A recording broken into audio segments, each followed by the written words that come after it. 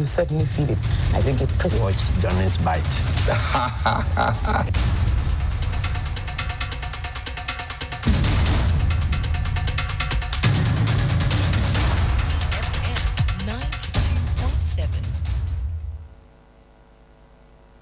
You know, I've watched you. Sometimes our people disagree with you, but I mean, I understand some of your approach. I mean, sometimes we take a hard bite. It helps us as politicians. Nowadays, when I listen to you, I even panic. Why? Maybe, hey, Why do you panic? the way you, Papa, you know Papa. Figuratively, he bites as hard as he can. Okay. And of course, when he puts his fangs into you, you certainly feel it. I think it pretty Watch Johnny's bite. Bismillahir Rahman Rahim. Alhamdulillah Rabbil Alameen. Hasbunallah wa ni'mal wakil. The Lord is my light and my salvation. Whom shall I fear? And yea, though I walk through the valley of the shadow of death, I will fear no evil, for you art with me. Thy rod and thy staff, they comfort me. Thou preparest a table before me in the presence of my enemies. Thou anoint my head with oil. My cup runneth over, and surely goodness and mercy shall follow me all the days of my life. And I will dwell in the house of the Lord forever and ever. Amen. Assalamu alaikum. It's Friday. Welcome to Johnny's Bite. Juma Mubarak to all our Muslim brothers and sisters.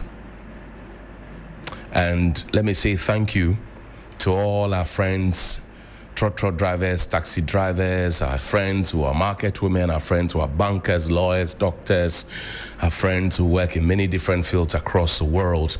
Thank you very, very much indeed. A special good morning to Mrs. Jocelyn Bano. You live in the United Kingdom. Good morning to you. And to Auntie Kate Lai, good morning as well to you. Let me pause and say thank you. A very big one indeed to Sonar Fashions in Tamale. Sonar Fashions is in Tamale, and you can always call them on 0246 590 162. That's 0246 590 162. Sonar Fashions in Tamale will get you something special, and so something nice for you and yours wherever you find yourself across the globe. Sonar Fashions has got you covered. Today is World Johnnie Hughes Day. Happy birthday to me.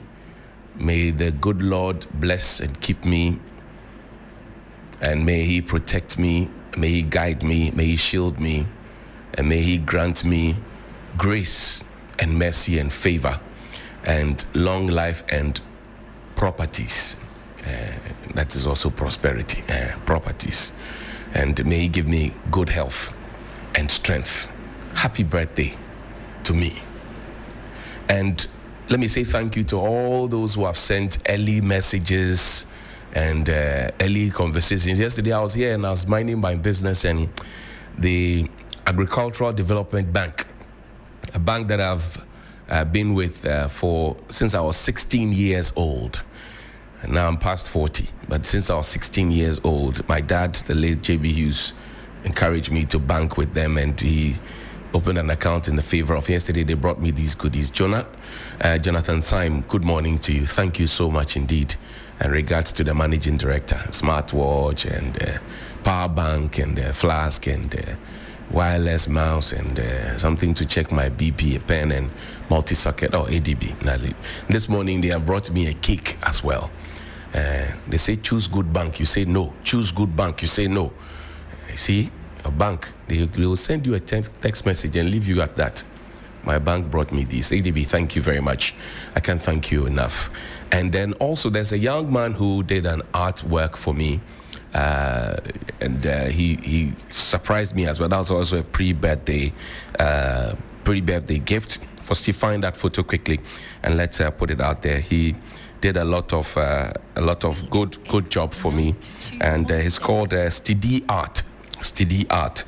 054 861 0772. That's 054 861 0772. And he painted this. In fact, he drew this with a pencil, and I'm grateful. And for all those who have sent wonderful wishes and prayers and blessings and what have you, thank you so much indeed. I appreciate you, and I don't take your prayers for granted at all. It is what keeps us going. And I always tell people, as my Muslim friends have taught me, that things will be thrown at you, whether physically or spiritually, it will be thrown at you. But my Muslim friends taught me one thing. In fact, Comrade Mutala, who is now late, taught me one thing. He said, for they plant. First he come to me. He said, for they plant and Allah plant. But Allah is the master of all planners. For they plant and God plant. But God is the master of all planners. And my oracle, my juju, is the master of all planners. So happy birthday one more time to me. This day also brings me mixed feelings because today, a great man who once walked the face of this earth will be laid to rest. First, you find me my bishop's video, picture. That's the Right Reverend Daniel Silvanus Alote, popularly known as Bishop Alote. He will be laid to rest. Yesterday, we were at the Vespers of the Dead at the Cathedral Church of the Most Holy Trinity. And today, he will be laid to rest. By this time, I'm sure that we're getting ready to start the service. He was a great man. He was a logophile. He will teach you new words. He will speak wisdom. And every time you spoke with him, he left you with a good impression. So calm. He had good authority. And he had a lot of respect and aura around him. He would teach you from archaeology to zoology. And it hurts that I got closer to him when he was way past 70. But it's all good. And I'm sure that I missed a lot. So rest in peace, my Lord Bishop. Rest in peace, Bishop Alote. Now, earlier this week, was it this week? No, last week, I showed you, no, this week, I showed you the Amasamang Municipal Assembly, the list of offices that I showed you. For since there's a success story there. Now, the place was weedy, it was dirty. NADMO offices were there, YEA offices were there, GEA offices, all of those offices, including parks and gardens and all of that. I showed you that video. Now, Rain on Facebook yesterday says, thank you, Johnny. Amasaman Municipal Assembly. Firstly, I can't see it. Please put it up so we can read it together. It says, thank you, Johnny. Amasaman Municipal Assembly has been weeded. Please put it up. I need to read the message. Has been weeded. Thank you very much for the good work you are doing. Continue to expose every sector. Rain. And I said, well, for God and country. So there we have it. We talk about it. It is done. But this morning, specifically, I came to talk to the young people. You know, when we were in school, farming was, if you offended the rules in school, you were made to go and weed. That is if your school had some bush. You were made to go and weed. That is if your school had some bush. And I dare say that is what perhaps had made many people disinterested in farming. 92.7. And that is what will make people have the impetus to even look down on farmers. Elsewhere, farmers are the very, very rich in the society. One of my uncles who lives in the UK, Sir Charles Thompson, will tell you that the farmers are very, very rich. And I went to the UK, I saw it myself. Very, very rich. In our country, we look down upon them because we have created a certain impression that farming is for low lives, farming is for people who are not smart, farming is for what have you. And you have people who are actually supposed to be knowledgeable, who have gone to school to the highest level, supposedly, talk down at farmers for lack of emotional intelligence, allowing political sentiments to lead them and missing the road in terms of simple conflict resolution. Simple conflict resolution. Emotional intelligence. They threw it to the dogs because political paymasters asked them, go and be disruptive, that's all. Talk down at farmers. Without the farmer, there will be no breakfast, there will be no lunch, there will be no supper, there will be no snack. We have looked down upon farmers for a very, very long time.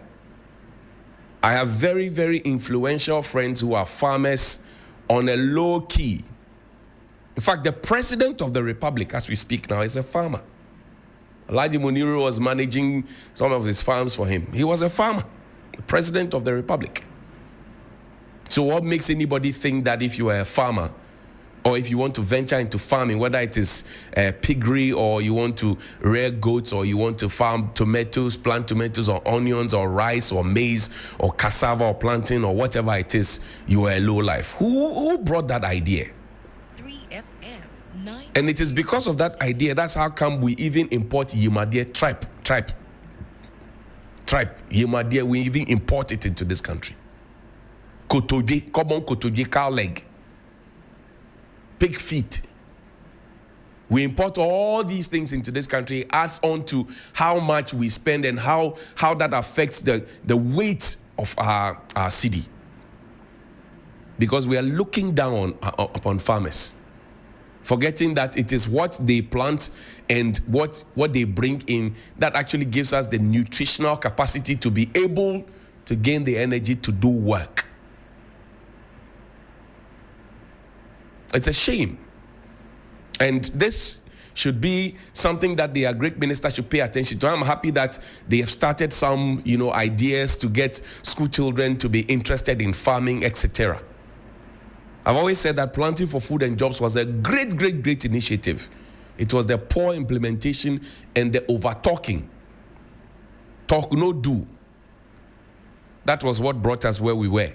We spent money, we didn't see the food, we didn't see the jobs. If you read that policy, or you read that policy, or you took time to read that policy, you would have known that, for example, it took the shape of General Champon's operation, Feed Yourself. And they said that every, every ministry, department, and agency was supposed to have their very own backyard garden or their farm or something like that. Go and check if that Greek ministry itself, within the 8-year period where we did Planting for Food and Jobs and one and so, whether they have a small garden that they even plant small tomatoes that can, fruit in 3 months. Go and ask them.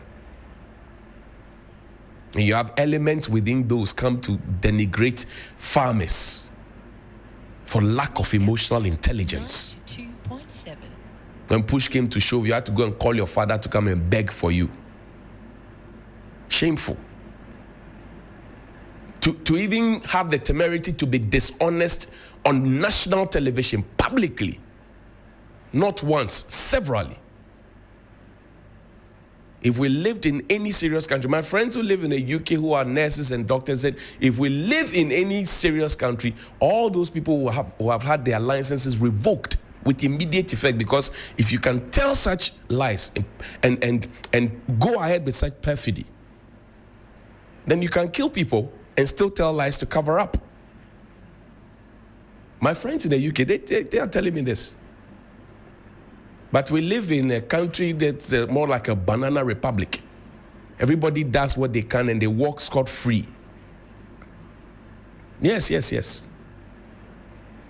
So people play the fool, they apologize, and then they move on. People say things on political platforms. They know what they are saying is not achievable, but they say it anyway. Today is my birthday. I'm speaking from the depth of my heart.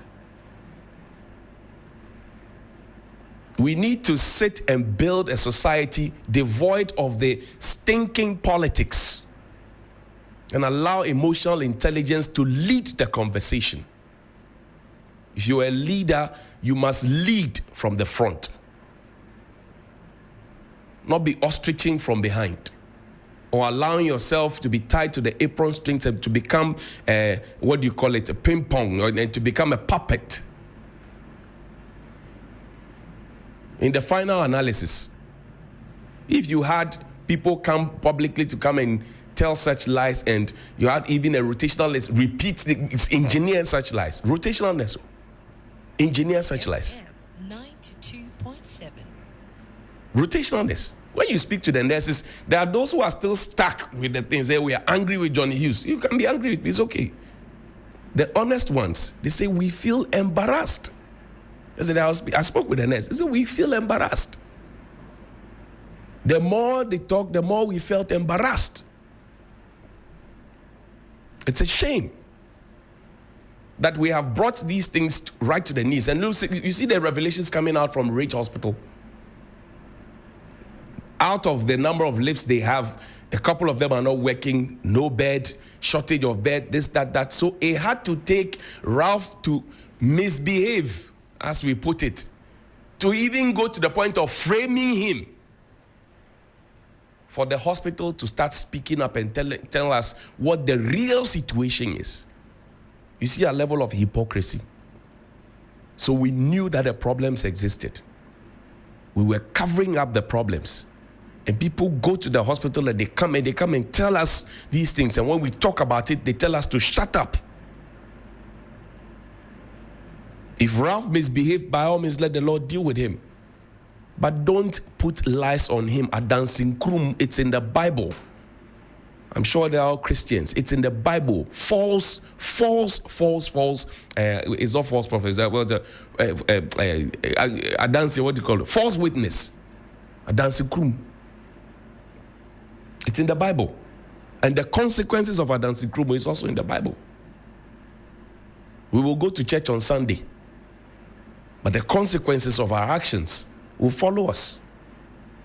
So if the Minister for Health had not been so smart and had not exercised emotional intelligence to have let cool heads prevail, and he had just said that, oh, my officials have told me this, so I am acting based on it, and he had not sanctioned the investigation, we would have framed the guy with lies.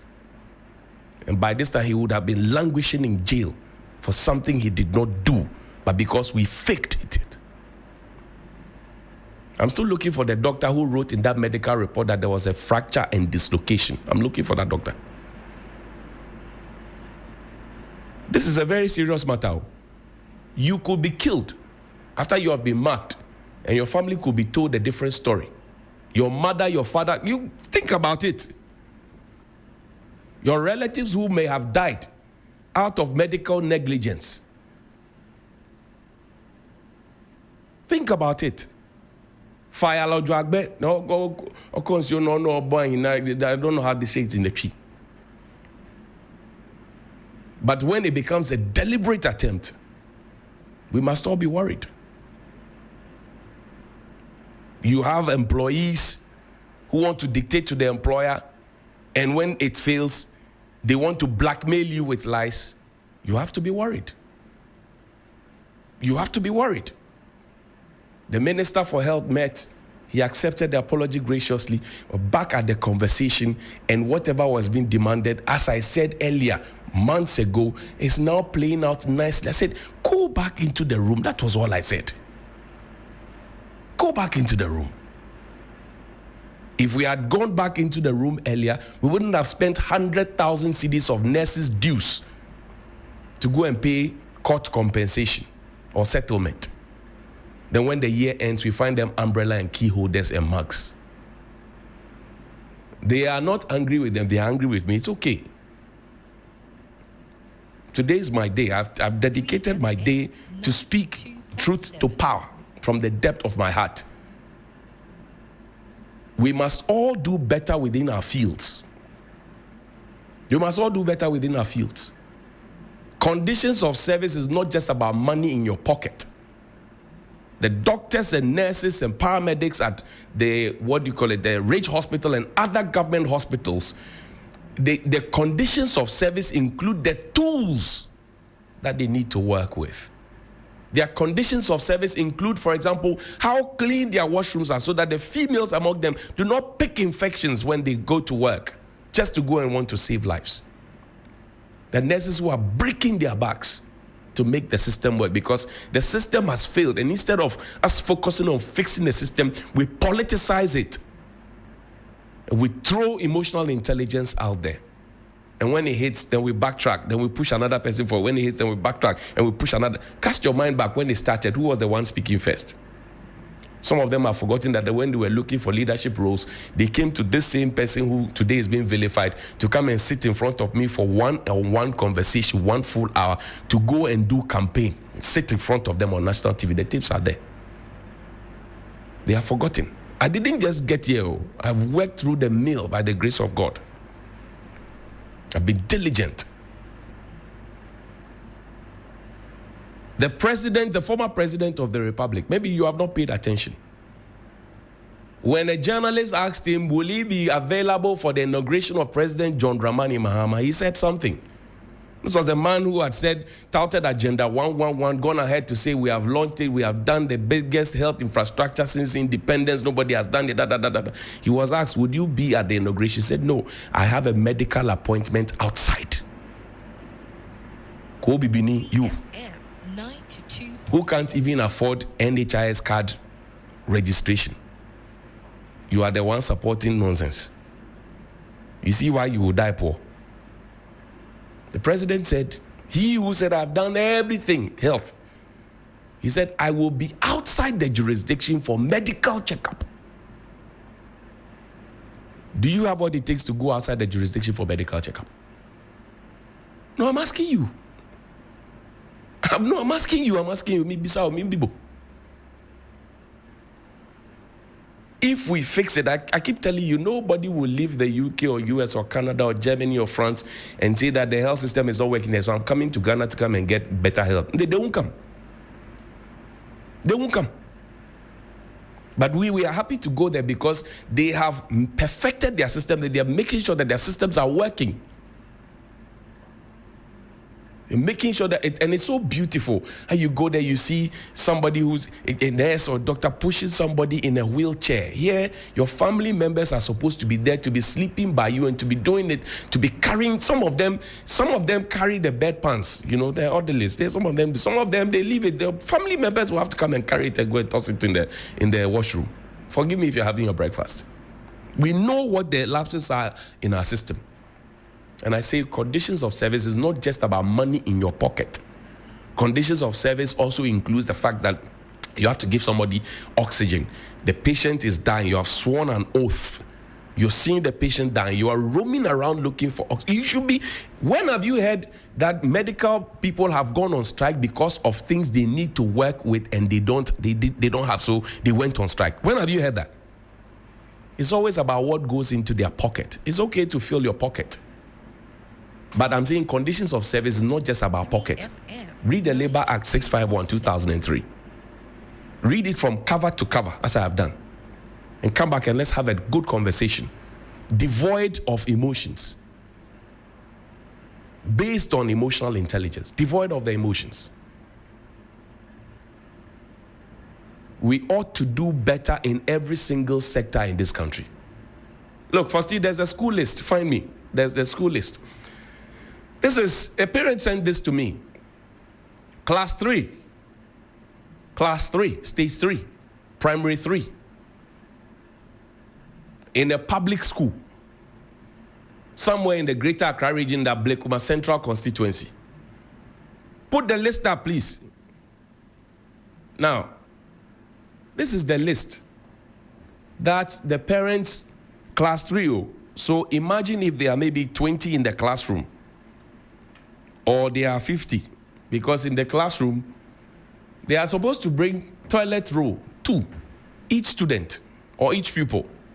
Liquid soap, 2. Soap, I'm sure cake soap, 2. Short broom, 1. Long brush broom, 1. Map, 1. Camel Dettol, 2. Rubber band, 1 pack. Napkin, 2. Duster, 1. Marker, 1. They will be in school for 3 months. And we know the class size in our public schools. So let's even assume that there are 40 students. If every one of them brings 2 toilet rolls, that is 80. That makes 80 toilet rolls. If all of them bring 2 liquid soap, that is 80 pieces of liquid soap. If they all bring 2 bar soaps, that is 80. If they all bring 1 short broom, that is 40. If they all bring long brush broom, that is 40. 1 map, 40 maps. Camel Dettol, 80. Rubber band, 40 packs. Napkin, 80 pieces. Duster, 40 pieces. Marker, 80 pieces. And this is not just their class. I'm sure that the other classes, class 2, class 1, class 4, class 5, class 6, they will all have to bring similar things. So I ask myself, Is the burden not so much on the parents? And is there nothing we can do, for example, to say that we divide them into groups? So we say group A, yours is to bring toilet roll, liquid soap, and maybe long broom, and then the rubber band. And then team B, yours is to bring marker, duster, and napkin. And then team C, we say, oh, you bring short broom, soap, and what have you. Can we not do that? Within the term, can we use 80 toilet rolls? 80 markers within one term. And this is a public school. So what is the government providing?